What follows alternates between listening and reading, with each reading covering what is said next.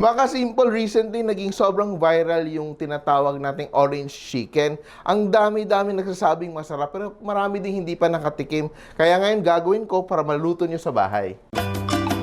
Simpol, simpol. Luto na, ha. Ano ba talaga tong orange chicken na to? So, ito siya para siyang sweet and sour chicken pero may orange flavor. Pero simulan muna natin sa ating fried chicken. So, meron akong chicken pieces dito galing sa Fresh Options. Anong gagawin natin? Titimplahan muna natin siya. Konting patis and konting vinegar. Yan. Marinate natin yung chicken. Yung vinegar kasi aside nag-a-add siya ng lasa, yung ginagawa din niya, nagiging mas crisp yung ating batter pag piniprito natin. So, marinate natin siya with a little bit of garlic also. Konting garlic and black pepper. Yan. So, dapat i-marinate natin yung ating chicken ng at least 10 minutes to 15 minutes. After na marinate mo yung chicken, gagawin na rin natin yung batter. So, dire-diretso na tayo ha. So, what we do is we just add a little bit of water. Konting cold water. Just a little bit of cold water. And we add a mixture of flour and cornstarch. So, flour and cornstarch. So, bakit may cornstarch? Maraming nagtatanong kasi siya yung nagpapabigay ng crispness sa ating fried food. And now we'll be ready to fry. So, it's a very light batter. So, we heat up some oil. We're using canola oil here kasi mas mataas yung kanyang burning point para hindi mangitim yung ating chicken agad. Then, we drop our chicken pa isa-isa into the hot oil. And we fry it until it's golden brown. Ito, halos half a chicken yung gamit ko. And even ganito lang siya, straightforward fried chicken, masarap na siya. Look at that, no? Maganda yung fried chicken natin. Kahit wala siyang baking powder, medyo tingnan natin siya, medyo nag-fluff ng konti yung ating coating. Bakit yun? Because we use cold water, no? So, when the cold batter hits the hot oil, mag-expand siya kasi yung difference, yung contrast ng temperature. So, while we're frying this and letting it become golden brown, we're gonna make our quick orange glaze. Here, I'm just heating a pan. Meron akong konting oil.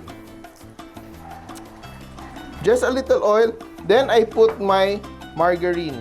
So, I'm just adding a little bit of oil para hindi mag-burn agad yung ating margarine. No? And I put a little bit of garlic lang. Just a little bit of garlic to infuse flavor. We don't have to toast it. We don't want to toast our garlic. We're just infusing the flavor of garlic into our margarine. So, you can use butter, no? Para medyo, you want a milder flavor. Pero malasa kasi pag margarine, especially if you want to make it very similar to the Chinese restaurants. Malapit na yung chicken natin. Turn it para sure tayo na it cooks evenly. So, we make sure talaga na very crisp yung ating batter outside. And, what is our secret ingredient? We are using our favorite Jufran sweet chili sauce. And we put our Jufran, probably half a bottle.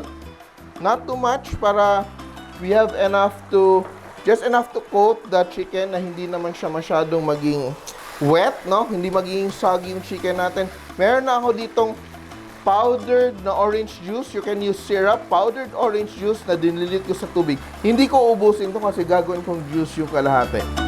Yan. Yan. Yan. We can sprinkle a little of black pepper.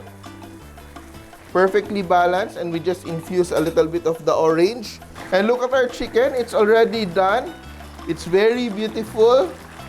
Golden color and very crisp.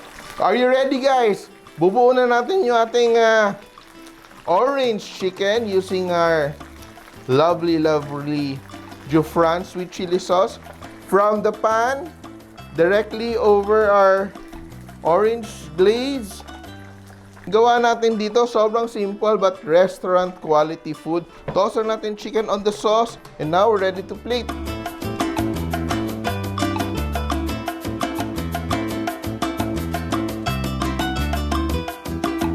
At that end, we just garnish with a little bit of spring onions.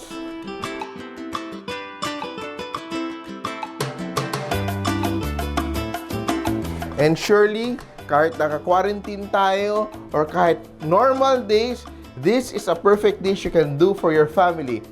Orange chicken, Simpol!